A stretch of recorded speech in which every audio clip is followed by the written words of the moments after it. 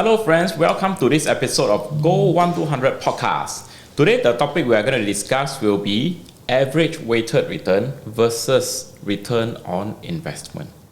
I believe we are very familiar with ROI, the return on investment. However, today we also want to discuss on the topic of average weighted return. So maybe the question to both our subject matter experts today, would you like to share the difference between average weighted return and return on investment? Sure. Okay, I'll go first. I'm sure whether is it Henry or Daniel, I'm sure you have faced a situation whereby client just come over to you, Henry, you know how much return I made on my investment recently?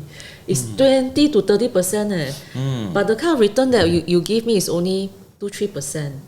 I think too slow already. I better put my money elsewhere that can give me faster return. Have you ever experienced the same situation? 20 is a very nice number already. They say 60% return.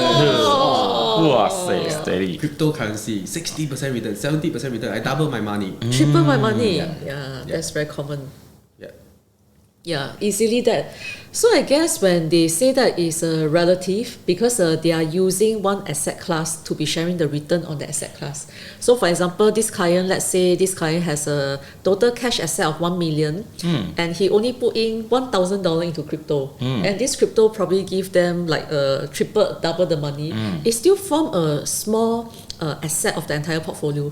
So with that, the average return could still be quite low if majority of the assets are put into asset classes like we call it capital preservation instruments, like bank deposit, like your endowment. Yeah, so it all depends on how much asset you're allocating into those higher return instruments and what actually gives you the average weighted return of your portfolio.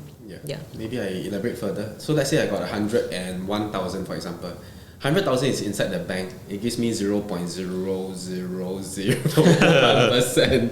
And then the 1,000 I earn 60% returns. The average between these two, the 100,000 and the 1,000, right, maybe is still less than 1%. So like what Xiaoxing mentioned, I can be earning 60% on one asset class, but the rest of my assets are in capital preservation. I'm still very low in my average weighted returns. Because the percentage of the 100,000 takes up a very huge percentage of the lower ROI, right? Correct. So then the question is, if that instrument is giving you that much return, right, why don't you just dump everything to that instrument? Isn't that faster? Most people will want to, but many people don't dare to. And the question that we always ask our clients is that, is there a need to do that? So again, if they are already very near to their financial goal, they may not need to allocate that much of resources into the asset class that give them that the high return. So everything that we do is always back to your financial goal. How far or how near we are from our financial goal before we decide how much to be allocating into that instrument. And good investing is not about earning the highest returns. Most people want to chase for highest returns. So when they hear people making money in cryptocurrency, everyone also want to invest in cryptocurrency. When we see the 16 million Toto coming out, everybody also go and queue up for the 16 million. But it may not be the best way to make money. But many people still perceive this as the best way and the quickest way to make money. And that's why everyone chases towards this. But the best way is to have consistent returns over time. You have consistent returns over time, you make even more money than a one-hit wonder. Is that why the 财神爷 told last week? Probably 财神到. Exactly. High chance. So there's one question on my mind all these years, which I probably will never get the answer.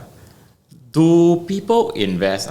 For some people, do they invest when they achieve the higher return, right? Do they invest because they want to grow their wealth or because they want to sound sucky when they are in a coffee conversation with their friends? Right. In a coffee conversation, when playing mahjong, I say my crypto earns 60%, 100%. More sucky lah. 比较 safe 呢。Versus 我讲说，我的 fixed D 给我 0.01%，我的unit trust 给我 5-6%。Very good question. And the interesting thing is that, my chairman has always been sharing with me about the successful men that he meet, the boss of like big businesses. And the interesting thing is that all these big bosses, right, they will never be sharing about the huge investment return that they make. In fact, they are always humble. They never want to share about all these things. So it's a very interesting question because whenever I ask a majority of my clients why they are investing, the usual reason that they give is that they want to grow their money. But the question is how much do they want to grow it? What do I hope to achieve? And the question is usually a question mark. I don't really know. I don't really know what I want to do. So without a specific ending goal, without a specific financial goal that they want to be achieving, a lot of times they are just chasing after the return. And at the end of the day, they may be receiving high return from all those instruments that they are making. And there could still be a chance that they cannot achieve their goal at the end of the day. That's because they do not have a proper financial plan in place to help them chart down the path and the route to get them to the path for them to be achieving their financial goals. Yeah, so I quite agree with you. A lot of times when they share about the investment return, it's just to look good. And the interesting thing is that in all this coffee talk, right, usually they only share with you how much they make. Yeah. Do you realize that they will never share with you how much they lose? Yeah. Yeah. How much they lose and what's the percentage that they invested amount, right? Yeah, correct. I met a young boy before. I call him young because he's in his early 30s. I'm also a young girl, so I call him a young boy. so when he invested, right, he was sharing with me, he was complaining that our returns are too slow. He is going to space tech. It's a lot more fun, exciting, more interesting. He can make money a lot faster. So after sharing with him what to look out for, at the end of the session he said, actually I also lose a lot of money, just that I don't want to tell you only. So at the end he actually was upfront and told me that one night he could earn that much, but in the same night he could also lose the same amount. So he told me that those are money that he can afford to lose. Yeah, and of course he's young, he has money to burn. So to us, sometimes you have to pay to get some learning lessons, right? 有时候也是要交一点学费嘛，对吗？打麻将也要交学费，投资也是一样，很多时候我们都需要交学费。Then the question is, do I want to pay those school fees or do I want to leverage on experts who have paid school fees and leverage on their expertise and their experience to help me make my decent returns? Thanks for sharing. Xiaojing mentioned something, a very important point just now about this client. He mentioned that this is money I can afford to lose. But what about the money that you cannot afford to lose, but yet you also cannot lose it to inflation? Then that is where the average weighted return comes in very important. Because average return is on the overall of your asset. So you cannot afford to lose that money, but yet if you don't do anything about it, you lose it to inflation. Exactly. So is that why sometimes ROI, is it risk of investment or is it risk of inaction? When it's a risk of inaction, sometimes you actually are also losing it to inflation. So I recall last week, Henry sent out this article. The Singaporeans are rich but not rich enough. They are actually the affluent, but yet they are not rich enough. Maybe Henry want to help us understand what the article is about. The rich but not rich. Oh, okay. That article was talking about. I was researching about the mass affluent landscape in Singapore as well as high net worth, because thinking between private banking and then the mass affluent market, right? So I think all these years this criteria has been increasing. So there are quite a lot of mass affluent in Singapore, including so-called emerging affluent, because the banks want to categorize, right? Which are the target group that they want to move towards. So this emerging affluent and mass affluent, to a certain extent they are underserved, so-called, because they are not rich enough to be served by the private bankers with the suite of products as well as the advice. But then again, they know that they are not the normal retail bank. They are not the retail customers. They can have something more. They want something more because of their bigger wealth and bigger income. So this is an area which they feel that they lack. But of course, a group of these people is that they are also high income earners and they face challenges in how to set aside money for savings and investment as well. Right. Thanks, Henry, for sharing. In fact, the rich but not rich, when I read the article, it really struck me because it's saying that actually a lot of Singaporeans are considered rich because of the income that we are earning, and yet we are not rich enough to retire, which is quite sad. Yeah, so a lot of times when we do not have a proper plan in place, we went after returns, we went after chasing a higher and higher return. And that in a way is actually promulgating this factor called greed. When after getting your 20% return, you feel that since I have done 20, probably I can get 60%. And after you have achieved your 60%, maybe 100% is possible.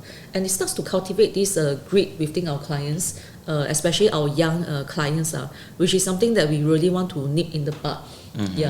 So this is a role that I feel quite strongly for as our role as a financial planner, whereby we are here to give financial education for them to take ownership of their finances and not just to be chasing after returns. Yeah, it's very true that most people, when they see a certain results, right, they think they can replicate it. Let's say Xiaoxing mentioned, I made 20%, and the next time I try 30% I can, 40% I can, until they lost maybe 50, 60%, then they realize that, actually, maybe this is not my cup of tea. So when Henry asked about the coffee shop talk, when I made this amount of money, right, you look at people who buy Toto and 4D, how many week on week they tell you, hey, I lost money, I lost money. They don't. They don't. When they come to you is when they make money, but they will not tell you week on week that they have lost. And they'll buy you meal when they win, right? Correct. So when they win, they make it a very big thing. But when they lose, they keep it very quiet, and it's like a norm to lose. So for investing, it's the same thing. When people make money in cryptocurrency, they will say, I made money. But when they lose, they keep very quiet about it. Yeah. Very true.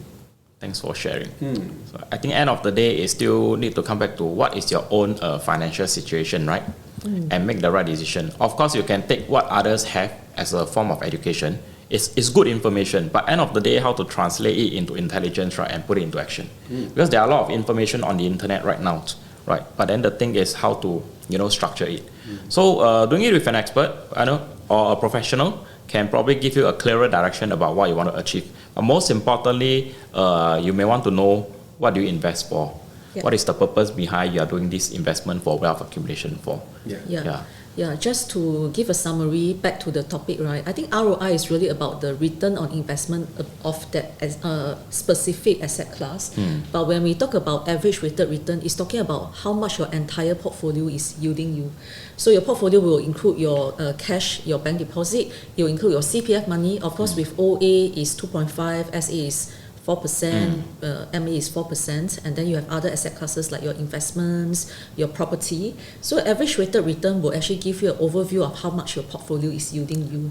So for instance, if you need, let's say a recurring income of 5,000 per month, to call yourself financially independent, you will actually need a capital fund of, how much? Depending on what is the average weighted return of your asset. If assuming it's 4%, then we're looking at probably 1.5 million. 1.5 million. It's 5,000. Correct. So 1.5 million you multiply by 4%, which is the average weighted return of your portfolio, that will give you 60,000 per year, 5,000 per month. So it all depends on what are the financial goals that you have, how much you need for your financial independence to cater for the lifestyle that you want before you decide how much to go into which type of investment. I'll also wrap up with a quote.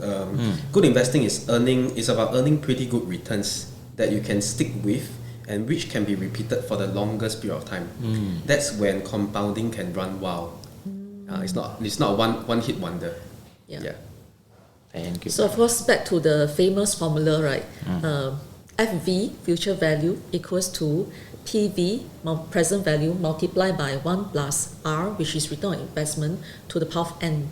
So from this very simple formula that we learned during school days, right, the most important factor is actually the N, number of years. It's not the R, which is very much mislead or overly emphasized by majority of the investors outside. So take note that it's really back to how much time horizon you have, how much you are able to save, and with that will actually, in a way, promise you the future value that you hope to be enjoying in your later years. Thank you, both of you, for sharing. So with that, we will conclude our podcast episode for today. Most importantly, also don't forget to subscribe to our podcast and give us a like if it resonates with you. Feel free to share our video with your friends if you think that it will also help them pertaining to increase their financial education knowledge. So with that, we will conclude the podcast for today. Thank you very much. Thank you. Bye-bye. Bye-bye.